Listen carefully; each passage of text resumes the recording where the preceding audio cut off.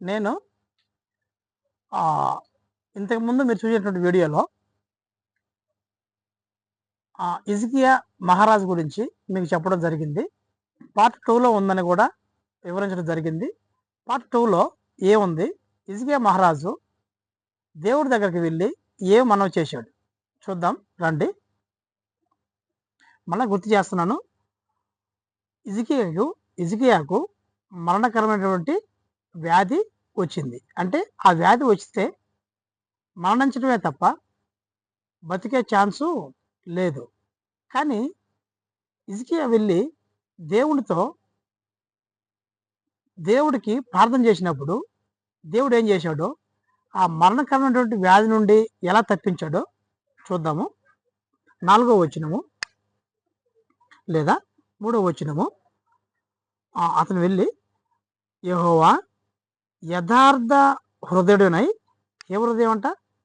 యథార్థ హృదయుడునై సత్యముతో నీ సన్నిధిని నేను ఎట్లా నడుచుకుంటునో, నీ దృష్టికి అనుకూలముగా సమస్తమును నేను ఎట్లా జరిగించుతునో కృపతో జ్ఞాపకము చేసుకోమని హిజ్కియా కన్నీళ్లు విడుచుచూ యెహోవాకి ప్రార్థన చేసిను. అర్థమైందా? ఏం చేశాడు? మనకు మరణకరమైనటువంటి వ్యాధి వచ్చినప్పుడు కానివ్వండి, మనం శోకం గుండా వెళ్ళవలసి వచ్చినప్పుడు కానివ్వండి, మనం నమ్ముకున్నటువంటి వాళ్ళు మనల్ని వదిలేసినప్పుడు కానివ్వండి, సర్వసాధారణంగా మనం విభ్రాంతికి గురవుతాం, లేదా మనం చాలా డిప్రెషన్కి గురవుతాం. కానీ ఆమోజు కుమారుడైనటువంటి అతని పేరు మనలో ఒకసారి రండి చూద్దాం.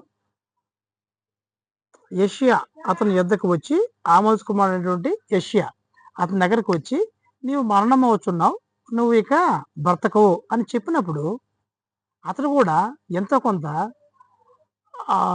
నిరాశ నిస్పృహకు లోనయ్యాడు.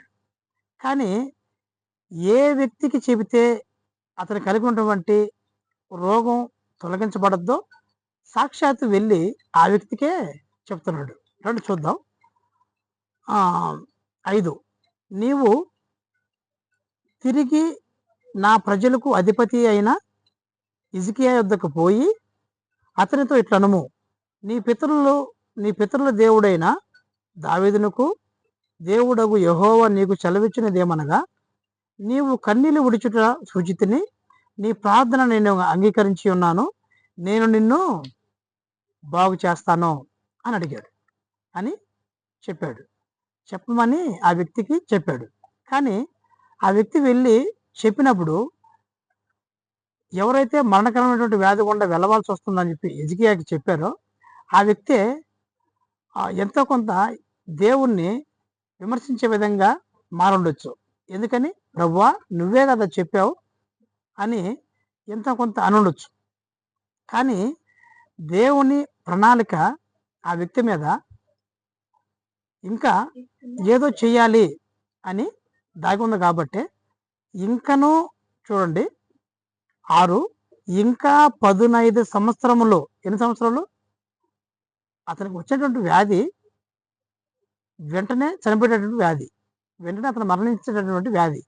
కానీ దేవుడికి ప్రార్థన చేసినప్పుడు మరణం అనేది ఆయన చేతిలో ఉంది. కాబట్టి ఇంకనూ నీకు 15 సంవత్సరాల ఆయుష్ను నేను నీకు పొడిగిస్తున్నాను అని చెప్పి అన్నాడు. ఇంకా పూర్తి వివరణ నెక్స్ట్ వీడియోలో చేయడం జరుగుతుంది. కాబట్టి మీరు ఏ ఒక్క వీడియోను కూడా ట్రోల్ చేయకుండా మీకు ఆశీర్వాదకరంగా ఉంటాయని చెప్పి ఇన్ని వీడియోలు చేస్తున్నాను. కాబట్టి మీరు చూసి ఆనందించాలని కోరుకుంటున్నాను.